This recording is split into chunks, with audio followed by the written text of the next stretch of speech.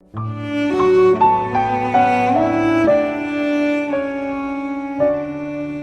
Lucas 15 hay tres parábolas que son de las parábolas más conocidas de las cuales compartió Jesús con nosotros.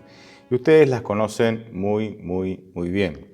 Hablamos ahí de la parábola de la oveja perdida o extraviada, la parábola de la moneda o la dracma perdida, y finaliza el texto con la parábola del hijo pródigo, ¿sí? Y las estoy mencionando conforme a los subtítulos que están en la Biblia, aunque en un momento vamos a ver que tal vez el título o el subtítulo debería ser otro. No las voy a leer porque ustedes las conocen. Si alguien quiere leer esto, se encuentra en Lucas capítulo 15. Y aunque son muy conocidas, pretendo no detenerme tal vez en los detalles ya conocidos, valga la redundancia, sino tal vez voy a intentar detenerme en detalles menos nombrados o menos mencionados o menos conocidos. La clave para entender estas parábolas, y no siempre nosotros arrancamos de esta manera, o sea, comenzamos a explicar las parábolas de esta manera, la clave para entender estas parábolas se encuentra en el versículo 1 y 2, o sea, Lucas 15, 1 y 2. ¿Por qué? Porque ahí nosotros vamos a entender, ahí vamos a comprender para quién estaba dirigida estas parábolas y por qué Dios se las dirigía a esas personas. Y esto es importantísimo. Si uno no entiende el propósito y el destinatario del mensaje, en este caso las parábolas, entonces es muy difícil poder encontrar todo el significado, ¿sí?, que Dios nos quiere dejar a través de estos relatos. Voy a leer entonces Lucas 15, 1 y 2 para que podamos entender para quién eran estas parábolas y cuál era el propósito, el mensaje de las mismas. El texto dice así: todos los cobradores de impuestos y pecadores se acercaban a Jesús para escucharlo. Los fariseos y los escribas comenzaron a murmurar y decían: este recibe a los pecadores y come con ellos. Muy bien, aquí tenemos el planteo, este es el contexto a través del cual Dios, Jesús, ¿verdad?, va a compartir tres parábolas. Nos encontramos aquí entonces con que hay dos grupos, claramente hay dos grupos. El primer grupo son los publicanos y pecadores, vamos a decirlo así, que se acercaban a Jesús para escuchar, ¿sí? Interesante. El segundo grupo eran, de alguna manera, los líderes religiosos, mencionados aquí como fariseos y escribas, que dice murmuraban, es decir, cuestionaban el hecho de que Jesús se acercara a los más despreciados de la sociedad. Entonces, estas tres parábolas están dirigidas a estos dos grupos, a los pecadores, que según la teología en tiempos de Cristo no merecían nada de Dios, y en segundo lugar a aquellos que se creían justos, aquellos que se creían superiores, aquellos que creían que no necesitaban, ¿verdad?, del perdón, de la justicia y de la misericordia de Dios. A estos dos grupos va dirigida estas tres parábolas, estos tres relatos. Para los líderes religiosos, o el pensamiento base que manejaban los líderes religiosos, que estaba acorde a la teología de la época, teología equivocada obviamente, porque aunque eran estudiosos de las Escrituras, la estudiaban, ¿verdad?, con una actitud incorrecta y porque habían puesto la tradición y las interpretaciones por encima de la palabra de Dios misma. El pensamiento base de los líderes religiosos es el siguiente: como Dios no tiene comunión con el pecado, y estas personas, dicen ellos, son pecadoras, entonces Jesús, que se junta con los pecadores, no tiene nada que ver de Dios. Jesús entonces no viene de Dios. Bueno, acá hay muchísimo para corregir, pero no es el objetivo de este mensaje. Romanos 3, del 10 al 12, dice que no hay justo ni aun uno, que todos hemos caído, ¿verdad?, que todos nos hemos alejado de Dios. O sea, ya el hecho de sentirme yo que pertenezco a un grupo que de alguna manera no necesita a Dios, o un grupo que se considera justo, que no se considera pecador, ya eso es un problema grave, muy grave.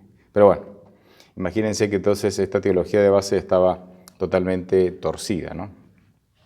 Bien, arranquemos entonces contestando la pregunta de cuál es el tema de fondo en las parábolas. El tema de fondo en las parábolas es qué actitud tiene Dios hacia los pecadores.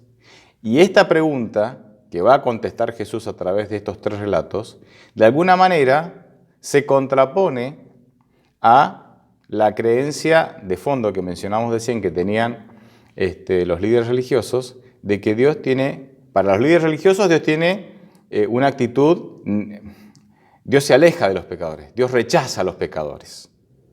Pero Jesucristo nos va a demostrar con estas tres parábolas que la actitud de Dios hacia los pecadores es totalmente diferente. Y lo vamos a ver ahora. Como ustedes conocen el texto, conocen los tres relatos, yo solamente voy a ir destacando algunos puntos, ¿sí? Que creo que van o tienen la intención de enriquecer lo que ya sabemos. Punto número 1, en este análisis del texto, el punto número 1 sería el siguiente. Perdón. Hay un vínculo entre los tres relatos. El vínculo, o este tema que se repite o se vincula entre los tres relatos es Dios sale en busca de los pecadores. Dios sale a buscar a la oveja extraviada, Dios sale a buscar a la moneda perdida y Dios sale a buscar también ahí al encuentro del hijo que se va y que luego vuelve. Segundo punto. Aunque en nuestras Biblias el subtítulo, cuando encontramos cada parábola hay un subtítulo que de alguna manera nos dice de qué se trata la parábola, este subtítulo le asigna quién es el protagonista del relato, que según nuestras Biblias el protagonista es la oveja perdida, porque así dice el subtítulo, ¿no? La moneda perdida y el hijo pródigo, el hijo que perdido, vamos a decirlo así también. En realidad, para los destinatarios de este relato, que eran personas que tenían pensamiento hebreo, ¿sí? El protagonista es otro. Porque según el pensamiento hebreo, cuando alguien relataba una historia, una parábola, el protagonista es la primera persona que se menciona. Y los otros son coprotagonistas. Pero el protagonista, el personaje central, en el pensamiento hebreo, cuando se relataba una parábola, es la primera persona que se menciona. Entonces, si nosotros vamos a las parábolas, nos encontramos con que se dice que había un hombre que tenía 100 ovejas y una se le perdió. ¿Quién es el protagonista? Según el pensamiento hebreo, que eran justamente los destinatarios de la parábola. El hombre, es decir, el dueño de las ovejas. En el segundo relato dice, había una mujer que tenía 10 monedas, pero se le pierde una. ¿Quién es la protagonista? La mujer, porque es la primera que se menciona. Y en el tercer relato dice, había un padre que tenía 2 hijos, el mayor y menor, y relata. ¿Quién es el protagonista? El padre, porque es el primero que se menciona. O sea, en el pensamiento hebreo, esto es muy claro. Como la Biblia la traducen personas con pensamiento griego, de alguna manera pareciera que se le asigna el protagonismo a otro personaje, pero en el pensamiento hebreo, que era para los cuales era una característica de las personas que iban a recibir este mensaje, claramente el protagonista siempre es la primera persona que se menciona allí. En tercer punto, los tres relatos tienen el protagonista y 2 grupos. Y si vamos al relato, tenemos en el primer relato, en la primera parábola, el protagonista es el pastor o el dueño del redil, y los 2 grupos son la oveja perdida, ¿sí?, extraviada, y las 99 que están en el redil. En el segundo relato, la mujer es la protagonista, y los 2 grupos son la moneda perdida y las 9 monedas que no están perdidas, están en su lugar. Y en el tercer relato tenemos el protagonista, que es el padre, y los 2 grupos son el hijo mayor y el hijo menor. ¿Sí? Esto es un punto en común con todos los relatos. Cuarto punto a destacar. Al final de cada relato, Jesús hace un resumen. Entonces, está el relato, resumen, relato, resumen, relato, resumen. Pero ese resumen es igual en los 3. En los 3 relatos, el resumen tiene el mismo mensaje. ¿Y cuál es el mensaje del resumen de los 3 relatos? Hay gozo porque se encontraron a los perdidos. Interesante, ¿no? el resumen siempre tiene el mismo mensaje. Hay gozo en el cielo porque se pudo encontrar al perdido. Si la actitud de Dios hacia los pecadores es el tema número 1 de estas 3 parábolas, el gozo es el tema número 2. El gozo por encontrar a los perdidos es el tema número 2. Bueno, muy lindo, muy lindo. La verdad que se podría hablar más de este tema. Quinto punto a destacar. Dios es representado por un pastor, un pastor. Dios es representado por una mujer y Dios es representado por un padre que a la luz de las costumbres de la época es un padre permisivo. O sea, es un padre excesivamente permisivo. No puedo detenerme en esto, pero se puede hacer, de hecho tengo todo un mensaje sobre este punto, pero esto no podía ser más chocante para los líderes religiosos y para las personas de la época, especialmente para los líderes religiosos que estaban escuchando a Jesús. Los pastores estaban dentro de los oficios despreciables en Israel. Estaba ahí entre los oficios despreciables en Israel. Tenían muy mala fama. Eran considerados deshonestos y ladrones, porque obviamente algunos pastores eran deshonestos y ladrones y se habían, ¿verdad?, pastores de oveja, y se había popularizado. Así que estaba dentro de los oficios despreciables. Ya con esto, imagínense que los ángeles del cielo se presentaron a pastores a decirle que había nacido ¿quién? Jesús. Imagínense cómo hace Dios las cosas. Por eso le digo, esto da para otro tema, pero bueno, lo dejaremos para otro momento. En el segundo relato, Dios es representado por una mujer.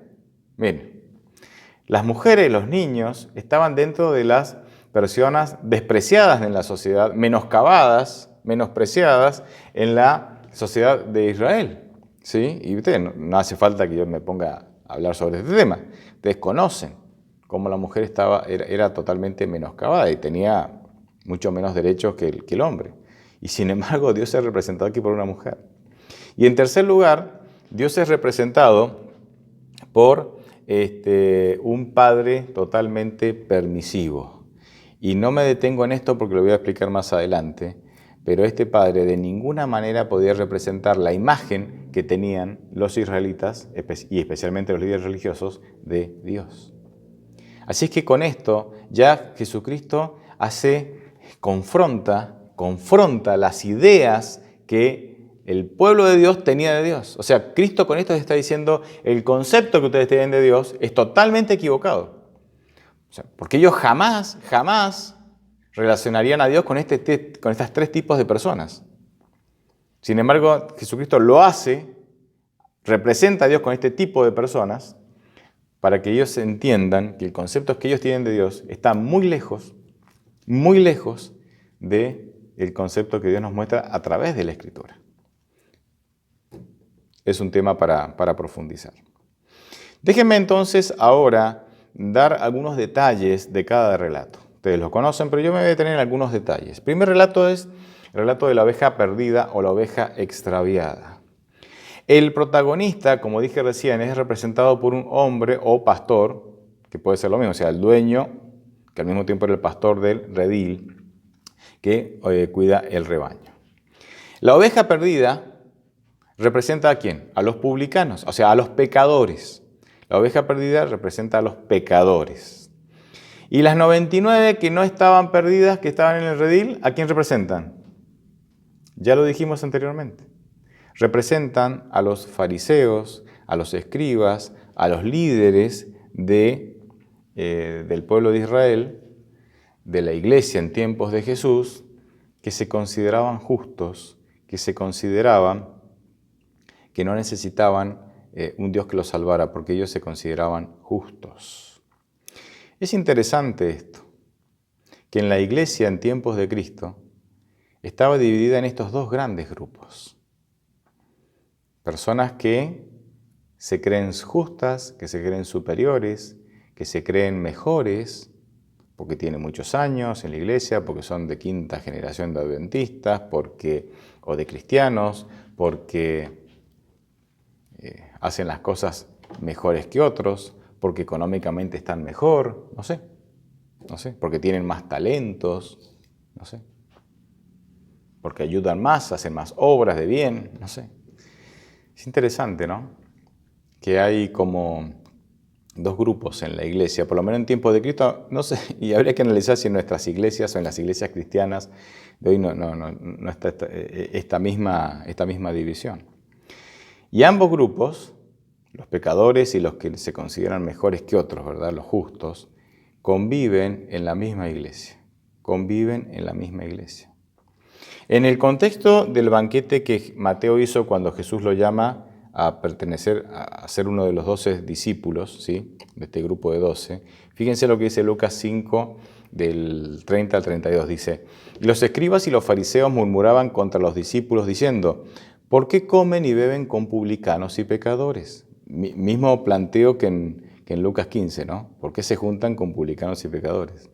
Respondiendo Jesús les dijo: los que están sanos no tienen necesidad de un médico, sino los enfermos. No he venido a llamar a justos, sino a pecadores al arrepentimiento. En otras palabras, estos dos grupos conviven en la iglesia. Fíjense que Dios no rechaza a aquellos que se consideran justos, ni rechaza a los que saben que son pecadores. Y no los rechaza por una única razón, por la misma razón. Porque los dos son pecadores. Solamente que unos son pecadores, son conscientes de que son pecadores, y los otros son pecadores, no son conscientes, y no son conscientes porque su pecado es el orgullo. El orgullo les hace sentir que son superiores, y el orgullo les hace sentir que son justos. Pero como Dios sabe que son pecadores y que están enceguecidos por su orgullo, y por eso no se dan cuenta que son pecadores, Dios también los quiere en la iglesia para salvarlos. Dios también los quiere en la iglesia para seguir trabajando en ellos, en este proceso de convencerlos de pecado y que entiendan que no son lo que creen y que necesitan desesperadamente un Salvador. Y eso es lo lindo de Dios. En la iglesia somos todos iguales. En la sociedad yo puedo tener más dinero que otro, puedo tener más títulos académicos que otro, puedo tener más talentos que otro, puedo tener, ¿me entienden, no?, más posesiones que otro, puedo ser más hábil que otro en esto o en aquello, pero en la iglesia esas cosas no tienen valor. En la iglesia somos todos iguales. ¿Por qué? Porque somos todos pecadores. Y a veces es un problema traer ese estatus social que a veces tenemos afuera a la iglesia. Porque en la iglesia, en la iglesia las personas no se miden como la sociedad mide a las personas. Es muy interesante. Y bueno, la otra cara de la moneda, ¿saben cuál es, no? Que afuera yo socialmente no soy nadie, porque la sociedad no me considera nadie, pero pretendo ser alguien aquí en la iglesia, ¿sí? Teniendo algún puesto de servicio, haciendo, figurando, ¿no? Entonces, como no soy nadie afuera, quiero ser alguien acá, y finalmente eso también es orgullo. Es el orgullo que quiere resaltar. En fin, habría mucho que hablar de esto, pero en la iglesia somos todos iguales y Dios intenta convencernos de eso, de que todos necesitamos un Salvador. Vamos al segundo relato, ¿sí? Es la misma estructura del primero, ¿sí? La mujer representa a Dios, la moneda perdida representa a los pecadores, las 9 monedas que no estaban perdidas representan a aquellos que se consideran justos, ¿sí? Lo interesante es que la moneda perdida estaba en la casa, ¿sí? Y que la oveja perdida salió del redil, se extravió fuera del redil, ¿sí? Pero bueno, finalmente, todos en la iglesia estamos perdidos. Nos creamos justos o no. Vamos al tercer relato, que es un poco el más complejo, y al ser más complejo es el que nos deja más espacio para reflexionar y para sacar conclusiones interesantes, que es el relato del hijo pródigo, conforme al título que tienen nuestras Biblias, por lo menos las versiones tradicionales. Déjenme entonces destacar 6 puntos muy breves sobre la actitud del hijo menor, ¿sí? Después vamos a ver los otros personajes. Actitudes del hijo menor. En primer lugar, la herencia familiar, como en nuestros días, se cobra, ¿sí?, cuando mueren los padres. Así es que en esencia, el hijo menor le está diciendo al padre, recuerden que el hijo menor le dijo, dame la parte que me corresponde, cuando el padre todavía estaba en vida, ¿sí? Así que en esencia, el pedido del hijo menor tiene este mensaje. Tu mera existencia, le está diciendo el hijo menor al padre, tu mera existencia impide mi desarrollo y mi felicidad. O sea, el hecho que vos estés vivo impide mi desarrollo y mi felicidad. Y como veo que te falta mucho, como veo que te haces ejercicio, comes saludable y tenés buena salud, y yo voy a ser feliz cuando vos te mueras y yo reciba, yo te pido que por favor me lo des ahora. En otras palabras, el padre es un objeto que se usa y se descarta. Ahora, este padre que se usa y se descarta es Dios, se representa a Dios. Esta es la experiencia religiosa de muchos cristianos. Van a Dios para obtener cosas. Dame porque necesito, o creo necesitar, o quiero, o lo deseo. Van a Dios para obtener cosas y cuando ya Dios ha suplido, entonces si te vi, no me conozco. Si te vi, no te conozco. Dios es alguien para el cual yo voy, lo uso para mi beneficio o pretendo usarlo para mi beneficio y después lo descarto. ¿Hasta cuándo lo descarto? Hasta que vuelvo a tener una necesidad. Esta es la experiencia de muchísimos cristianos. Punto número 2. El hijo se fue del país, huyendo lo más lejos posible del padre, de la influencia del padre y hasta de la religión del padre. ¿Por qué sabemos esto? Porque el hijo apacentaba cerdos. En Israel no se apacentaban cerdos, no se pastoreaban cerdos. En Israel se pastoreaban otro tipo de ganado. Entonces, este chico sale del país porque ni siquiera quería vivir en el mismo lugar, en el mismo país en donde se practicaba la religión del padre. Fíjense cuán lejos nosotros a veces queremos buscar la felicidad. Cuán lejos de Dios queremos buscar la felicidad. Punto número 3. Dice que estando en esa provincia apartada, en ese país diferente, dice que vivió perdidamente. Pero déjenme mencionarles cómo otras versiones de las Escrituras traducen esta palabra. Dice que vivió perdidamente, otras dicen vivió desordenadamente, otras versiones dicen vivió desenfrenadamente, descontroladamente. Interesante cómo las diferentes versiones nos enriquecen el texto. ¿Por qué vivió así? ¿Por qué decidió vivir así? Porque buscaba la felicidad lejos del Padre. Y esta es la manera en que este muchacho buscaba la felicidad lejos del Padre, y es la manera en que muchísimas personas y muchísimos cristianos quieren buscar la felicidad, dando rienda suelta a sus deseos, a sus pasiones, a sus sueños, por encima de cualquier otra cosa.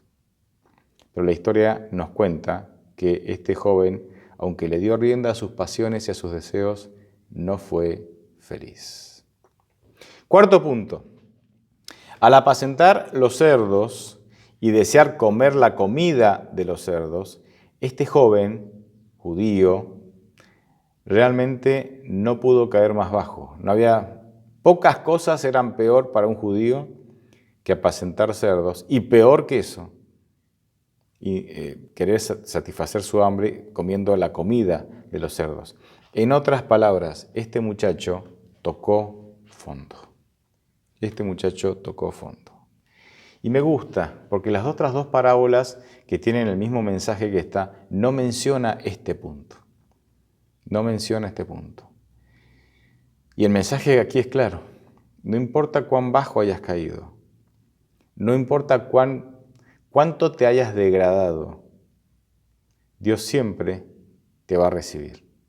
No solamente te va a recibir, te va a buscar. Entonces no importa cuánto. ¿Por qué digo esto? Porque Satanás suele susurrarnos a nuestro oído, de alguna manera diciéndolo así, suele traer a nuestra mente ideas que dicen, ya no vale la pena que vuelvas a Dios. Ya para vos no hay marcha atrás. Has llegado al punto de no retorno. Ni se te ocurra volver a Dios. Ni se te ocurra. Has caído tan bajo que es imposible que Dios te perdone y te reciba. Pero ese no es el mensaje de esta parábola. Este joven cayó lo más bajo de lo bajo. Y recuerden que cuando el hijo mayor describe lo que hizo lo que hizo su hermano menor, dice, recibes a este, el hijo mayor le dice al padre, no, recibes a este que ha dilapidado el dinero de la herencia en prostitutas. De alguna manera haciendo alusión, ¿verdad?, qué tipo de vida llevaba el hijo menor cuando se apartó del padre. Punto número 5. Dice, pero volviendo en sí, y déjeme mencionarle lo que otras versiones dicen sobre o traducen esta palabra, dice, recapacitó. Es decir, cuando él tocó fondo, dice, pero volviendo en sí, otras dicen, recapacitó. Otras versiones dicen, se puso a pensar. Otras dicen, entró en razón. Interesante cómo las diferentes versiones enriquecen el texto. Dice, y se dio cuenta entonces, al recapacitar, al entrar en razón, se dio cuenta que la felicidad no está lejos del Padre. Al contrario. ¿Vieron esa frase? La he escuchado varias veces ya. ¿Era feliz y no lo sabía? Conocía a una señora que trabajaba en un lugar y la trasladan en el sentido de que dentro del mismo lugar le dan una nueva función. Y esa nueva función era muchísimo más compleja que lo que hacía antes. Muchísimo más compleja. Y entonces, trabajando en esta nueva función, me dijo, yo era feliz y no lo sabía. O sea, me quejaba de lo de antes, pero ahora que estoy en esta nueva función me da cuenta que antes estaba re bien. Bueno, el hijo menor era feliz y no lo sabía. Sexto punto. Su plan, porque él elabora un plan para volver, su plan para salir de esta situación es volver y ofrecerle al Padre ser un jornalero. ¿Qué es un jornalero? Es alguien que no pertenece al staff permanente de empleados. Es alguien que yo voy, contrato por un día, ¿sí? Le pago ese día y después él se va, digamos. No es parte del staff permanente de empleados. Hoy tal vez, y en nuestra cultura podemos decir, es alguien que sale a hacer una changa, ¿no? No es parte del staff permanente, pero se lo contrata para hacerme esta changa. Creo que así se podría entender mejor. Lo que destaco de este punto es la idea del plan. El plan. A veces, para volver a Dios, elaboramos planes. Señor, si tú me perdonas, Señor, si tú me restauras, yo te prometo que voy a hacer esto y voy a hacer aquello. Fíjense Jacob, a mí Jacob me sorprende, pero lo que más me sorprende es el amor y la paciencia de Dios. Jacob huye del hermano, ¿no? Huye del hermano y tiene este sueño en donde ve la escalinata donde ángeles suben y bajan y se despierta y dice, esta es casa de Dios y yo no lo sabía. Y él hace un pacto con Dios ahí. Hizo un pacto con Dios. Dice, si tú me traes sano y salvo de vuelta a mi tierra, yo prometo darte los diezmos. Ese era el plan de Jacob.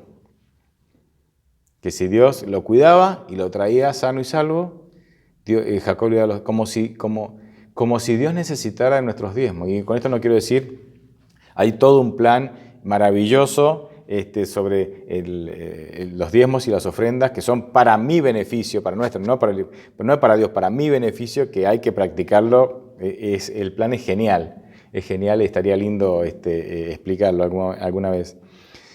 Pero fíjense el plan de Jacob. Yo te voy a pagar si vos me traes. Nosotros queremos comprarlo a Dios. Elaboramos planes, ¿no? A veces queremos comprarlo con dinero, a veces con promesa de cosas que vamos a hacer. Y no digo que nosotros no tenemos que hacer cosas para Dios, pero Efesios 2:10 dice que Dios hace buenas obras de antemano y las pone delante nuestro para que las cumplamos. O sea, si hacemos alguna cosa buena para Dios, ya Dios la anticipó. O sea, ya es Dios que la hizo y la preparó de antemano para que yo la haga. O sea, no hay manera de que yo pueda hacer algo bueno para Dios. Cosas malas sí, seguro, por mi naturaleza seguro. Lo que este joven no entendía, que lo único que tenía que hacer era volver y gozar de la gracia de Dios. Pero lo vas a ver cuando vuelve. Ahí él va a experimentar la gracia de Dios. Pero cuando llega ante el Padre no le pide nada. Y ni siquiera le deja terminar el discurso. Sencillamente el Padre, por gracia inmerecida, le devuelve todo lo que el Hijo había perdido. Vamos a ver ahora la actitud del Padre ante el Hijo. Recién destacamos algunos puntos de la actitud del Hijo, ¿verdad? El Hijo menor. Ahora vamos a destacar algunos puntos del Padre hacia el Hijo. Punto número 1. Por un lado, el Padre rompe el protocolo cuando sale corriendo para abrazarlo.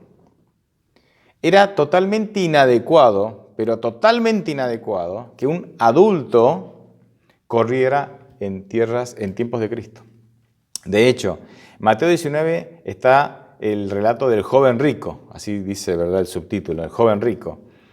Ahora, vos lees el relato de Mateo 19 y ahí no dice que era un joven, y cuando lees el relato paralelo de Marcos, en el Evangelio de Marcos tampoco. Entonces dice, ¿por qué tiene por título joven rico? Porque dice que un hombre llegó corriendo a los pies de Jesús. Los adultos no corrían. Era inaudito que corrieran.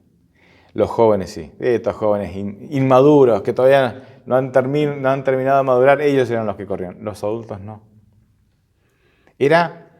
Para hacer una comparación, así como en nuestros días, encontrar a alguien caminando en la calle totalmente desnudo, sin ropa, es totalmente desubicado para nuestra cultura. Bueno, en tiempos de Cristo, que un adulto corriera era más o menos así desubicado. Espero que la ilustración sirva, ¿no? Así que por un lado, él rompe el protocolo cuando sale corriendo para abrazar a su hijo. Y esto generó tal asombro que hay algunos criados que lo siguen. Lo sabemos porque cuando continuamos el relato, ¿sí?, él después de abrazar al hijo se da vuelta y empieza a darle órdenes al criado, ¿no?, de lo que tiene que hacer. Porque imagínense, los criados ven al señor de la casa correr. ¿Qué pasó? O sea, algo muy grave ha pasado para que este hombre salga corriendo. Así que, primer punto, él rompe el protocolo para ir a buscarte, para ir a buscar a su hijo. Punto número 2.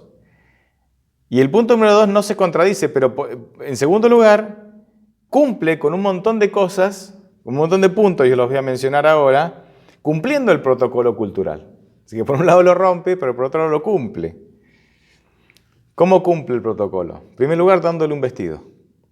En segundo lugar, besándolo. Y en tercer lugar, preparando el ternero gordo, o el becerro gordo, como dice la versión tradicional. Estas tres acciones estos tres actos se realizaban cuando la persona recibía una visita muy, muy, muy importante.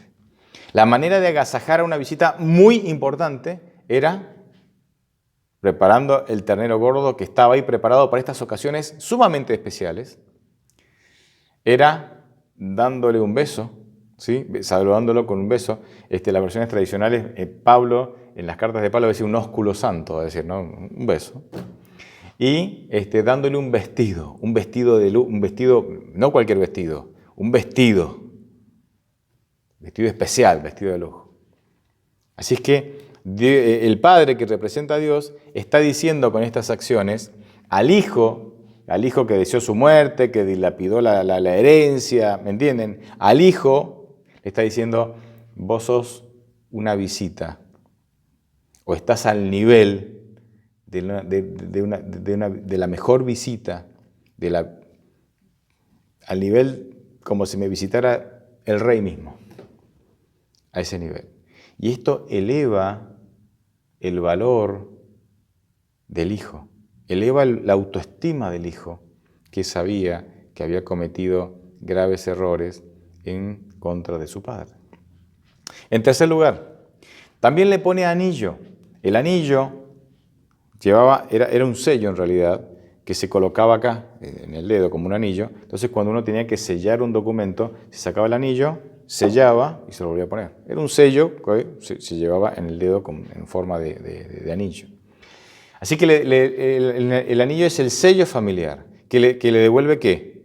La autoridad de hijo. Tienes el anillo, el sello familiar. Ahora, eres el hijo, o sea, te devuelvo la autoridad de hijo. Otra cosa que hace es le pone calzado. ¿Quiénes iban descalzos en tiempos de Cristo? Los esclavos. Pero mi hijo no. Mi hijo es un ser libre, es una persona libre. Tiene que llevar calzado. También hace que lo vistan. Cuando ustedes leen el relato, dice, traigan el vestido y vístanlo. O sea, ni siquiera él se tenía que vestir, lo iban a vestir. Los criados, los siervos lo iban a vestir. ¿Por qué? Porque él es el hijo del dueño, él es el dueño. Él no se viste solo. Todas estas cosas, de alguna manera, representan o resumen la actitud del padre hacia el hijo que huye y que ha pecado contra su propio padre. Jesús, con todos estos énfasis en la narrativa, descoloca totalmente al auditorio. ¿Por qué? Porque nadie esperaba que el padre tratara así a este hijo que desea la muerte del padre, anticipa la muerte del padre pidiéndole la herencia. Nadie esperaba que este padre que representa a Dios tratara así al hijo que había traído tanto oprobio a la familia, que había traído tanto mal al buen nombre de la familia. ¿Saben cómo esperaban las personas que estaban escuchando a Jesús, cómo esperaban que reaccionara el Padre? Esperaban que reaccionara como lo menciona Deuteronomio 21 del 18 al 21. Deuteronomio 21, el 18 al 21. El texto dice así: si alguien tiene un hijo testarudo y rebelde, que no atiende a la voz de su padre ni a la de su madre, y que no los obedece a pesar de que lo castigan, entonces su padre y su madre lo llevarán ante los ancianos, a la entrada de la ciudad donde vivía, y dirán a los ancianos de la ciudad: este hijo nuestro es testarudo y rebelde, no atiende a lo que le decimos y además es glotón y borracho. Esto también el hermano mayor habló en estos términos de su hermano menor. Entonces todos los hombres de la ciudad lo apedrearán y así morirá, para que quites de en medio de ti el mal, y todo Israel lo sabrá y temerá. Te dirán, bueno, pero este es un pasaje bíblico. Claro, recuerden que Deuteronomio está en el contexto de Israel que sale de Egipto. Israel salió, o sea, todos los años que Israel estuvo en Egipto se brutalizó de tal manera que entonces justamente en esos tiempos encontramos estas leyes tan drásticas. Imagínense, si las leyes son muy drásticas, es porque imagínense el pueblo que recibe las leyes. Bien.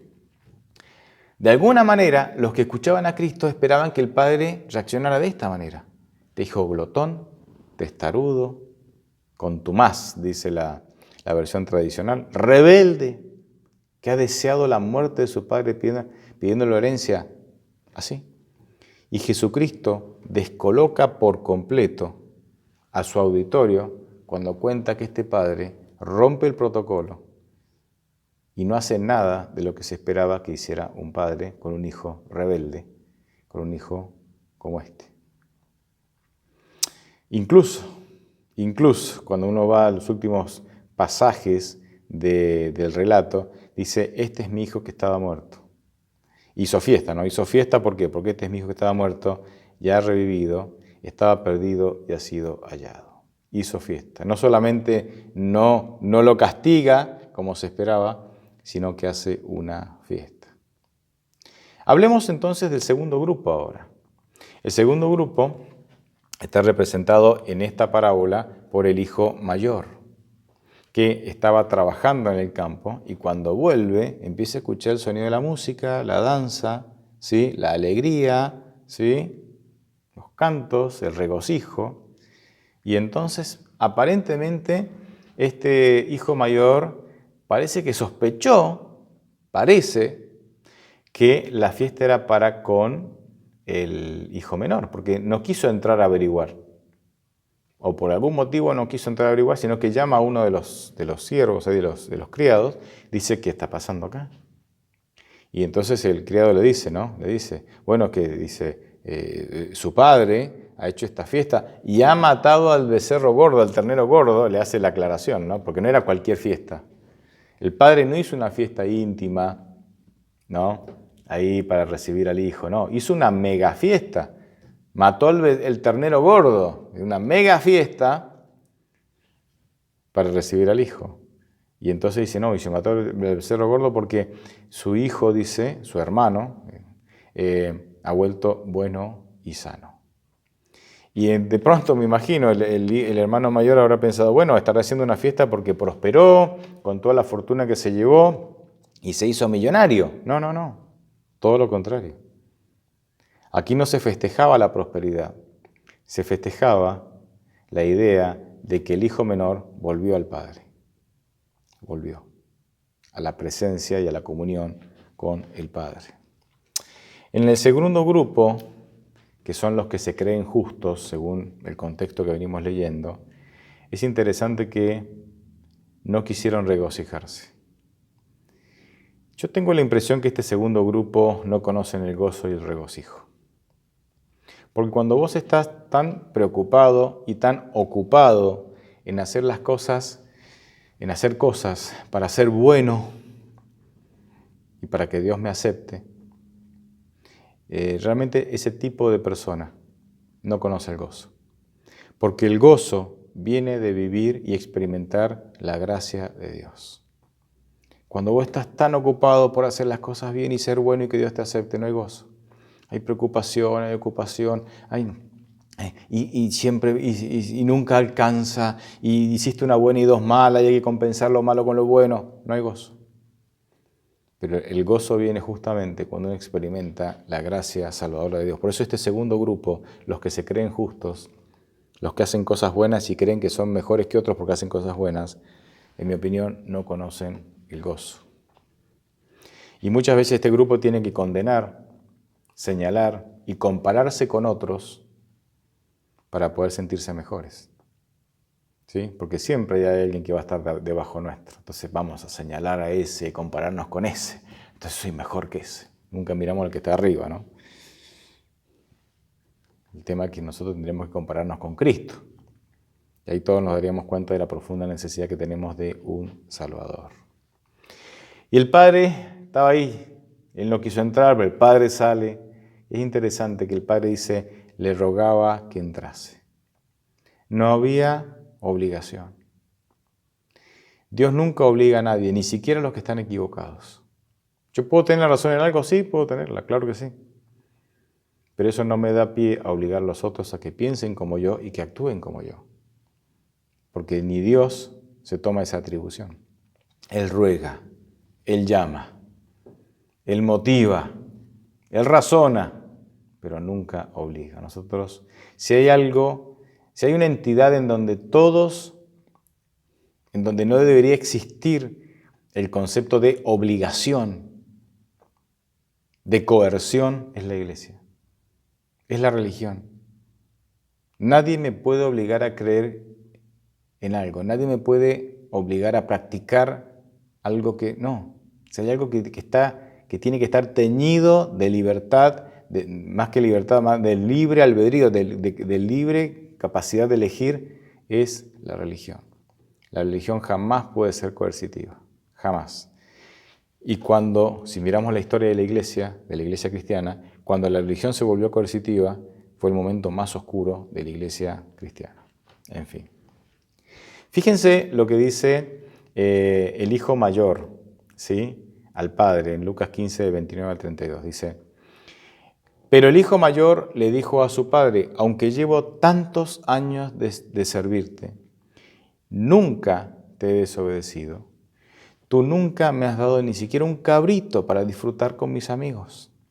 Pero ahora viene este hijo tuyo, que ha malgastado tus bienes con rameras, y has ordenado matar al ternero gordo para él. El padre le dijo, hijo mío, tú siempre estás conmigo, y todo lo que tengo es tuyo. Acá hay mucho para decir, pero el hijo mayor está diciendo, el ternero gordo lo tendrías que haber matado por mí. Yo soy la visita, a mí me tendrías que haber tratado como una visita especial. Yo merezco una fiesta al nivel del ternero gordo, porque yo soy el que siempre estuve aquí sirviéndote y nunca te desobedecí. No ese, que fue y gastó y dilapidó la herencia con rameras, dice. Pero la respuesta del padre es reveladora, y creo que es reveladora para el hijo mayor y para nosotros también. Dice, querido hijo, siempre estás conmigo, y todo lo que tengo es tuyo. Fíjense que el padre enfatiza la comunión. Dice, tú siempre has estado conmigo, siempre has estado en comunión conmigo. Mi hijo menor no, él se fue. La fiesta es porque él volvió a estar en comunión conmigo. A vos no te tengo que hacer fiesta, porque vos siempre estuviste conmigo. ¿Se dan cuenta? El privilegio es estar en comunión con Dios. Es estar en comunión con Dios. Y hay que hacer fiesta cuando alguien entra o decide entrar en comunión con Dios. Y la segunda parte del mensaje dice, todo lo que tengo es tuyo. Porque el padre ya había repartido los bienes. La mitad para el hijo grande, el hijo mayor, la mitad para el menor. O sea, pero el hijo mayor, aunque se había quedado al lado del padre, vivía como un mendigo. Vivía mendigando. Nunca me has dado un cabrito. ¿Qué está haciendo ahí? Está reclamando y mendigando. ¿Por qué? ¿Por qué? A veces nosotros vivimos como mendigos espirituales. Me gusta lo que dice Romanos 8:32. Dice, el que no escatimó ni a su propio Hijo, sino que lo entregó por todos nosotros, ¿cómo no nos dará también con Él todas las cosas? Ya Dios nos dio todo. El problema es que no nos da no siempre nos da lo que queremos. Y es por eso que, porque no siempre nos da lo que queremos, es que a veces pensamos que Dios es tacaño y que hay que mendigar y que hay que prometer y que hay que ofrecer planes y que hay que, ¿entiende?, convencerlo de que... Y a veces vivimos como mendigos espirituales en el sentido como indigentes, ¿no? Como huérfanos, como indigentes en el sentido que vivimos carentes de poder y víctimas de cada tentación. Cuando Dios ya nos dio todo para que nosotros vivamos una vida de victoria. Versículo 32 de Lucas 15 dice, pero era necesario hacer una fiesta. Era necesario. Me gusta esa frase. Se repite en varios lugares, ¿no? En la Biblia, ¿no? Cuando Jesucristo tiene que pasar por Samaria y encontrarse con la samaritana, dice, era necesario que él pasara por ahí. Era necesario, claro que sí. Era necesario. Ojalá nosotros tuviéramos fiestas más seguidos. Ojalá tuviéramos momentos de fiesta y regocijo más seguidos para agradecer todo lo que Dios hace por nosotros. Ojalá nuestras iglesias, las iglesias cristianas, hubiera más regocijo y fiesta. Y con esto no quiero decir que tenemos que integrar a la iglesia conceptos mundanos de regocijo y fiesta. Pero sí, ojalá tuviéramos más momentos para gozarnos, agradeciendo a Dios todo lo que Él hace por nosotros. ¿Cuál es la teología de los dos grupos? Y voy cerrando el tema con esto. ¿Cuál es la teología de los dos grupos? ¿Cuál es la teología del hijo mayor? Que representa al grupo, ¿sí?, que se cree justos. A los que se creen justos. La teología del hijo mayor es, no he hecho nada más que servirte. No he hecho nada más que servirte. La teología del hijo mayor es hacer cosas para agradar a Dios y ganarme así la salvación. No he hecho otra cosa que servirte. Pero el padre le contesta, no eres un siervo, no eres un esclavo, no eres un jornalero, eres mi hijo. Y sí, para que tengamos una relación correcta con Dios, yo tengo que tener una actitud de siervo, en el sentido de reconocer la superioridad de Dios en todas las áreas. Pero aunque tengo que tener una actitud de siervo para con Dios, no debo olvidarme que yo soy hijo de Dios. ¿Cuál es la teología del hijo menor? que representa a los pecadores. La libertad, los pecadores que dan rienda suelta, porque el hijo mayor también es pecador, pero se reprime, ¿no? Se reprime para estar ahí al lado del padre. Y cree que reprimiendo sus pasiones gana méritos salvíficos. ¿Cuál es la teología del hijo menor? Que representa a los pecadores que no reprimen sus pasiones. La libertad está lejos de mi Padre. Esa es la teología del hijo menor. Pero el Padre le demuestra que lejos de mí, o sea, lejos del Padre, solo hay miseria y esclavitud. ¿Y saben cuál es la mayor de las esclavitudes? Es ser esclavo de nuestras pasiones y de nuestros deseos. Es ser esclavo de nuestras pasiones y nuestros deseos. El equilibrio entre estas dos teologías es que reprimir mis deseos y pasiones para obtener mérito salvífico, mérito para salvarme, es incorrecto. Dar rienda suelta a mis pasiones y deseos, porque si no sería un hipócrita, también es incorrecto. El equilibrio es estar en comunión con el Padre y rogarle al Padre que pueda ayudarme a tomar decisiones, capacitarme para tomar decisiones que me permitan estar en comunión con Él, sin vivir la vida de un reprimido. Y Dios contesta esto. Filipenses 2:13 dice, Dios pone en nosotros el querer, es decir, el deseo, dice, y el hacer, es decir, la capacidad de cumplir esos deseos según su buena voluntad. Ahí está el equilibrio. Señor, esto es lo que soy. Señor, estas son mis tendencias. Señor, estos son mis deseos. No quiero vivir como un reprimido y no ser feliz. Tampoco quiero dar rienda suelta a mis deseos, porque hay miseria y esclavitud cuando hay vacío existencial cuando yo doy rienda suelta a mis deseos. Ayúdame, cámbiame, para que mis deseos estén orientados hacia ti y dame la capacidad de cumplir esos deseos, esos nuevos deseos que ahora están orientados hacia ti. Eso es lo que dice Filipenses 2:13. Esa es la promesa de Filipenses 2:13 que Dios desea cumplir en nuestras vidas. Pregunta final. ¿Por qué los hijos, los grupos, pues los hijos representan a dos grupos, ¿verdad?, tienen un mal concepto del Padre? Ambos hijos, ambos grupos tienen un concepto equivocado de Dios. Ambos. ¿Por qué? Porque tienen un conocimiento superficial de las Escrituras. Cuando Jesucristo dice en Juan 14, aunque también lo menciona en otros pasajes, el que me ha visto a mí, ha visto al Padre, nos está diciendo que yo tengo que interpretar todo lo que la Biblia dice de Dios a través de la vida, el ministerio y las enseñanzas ¿de quién? De Jesús. Pero cuando tenemos un conocimiento superficial de la persona de Dios, entonces nosotros llegamos a conclusiones erróneas de cómo es Dios y elaboramos teologías incorrectas de cómo relacionarme con Dios.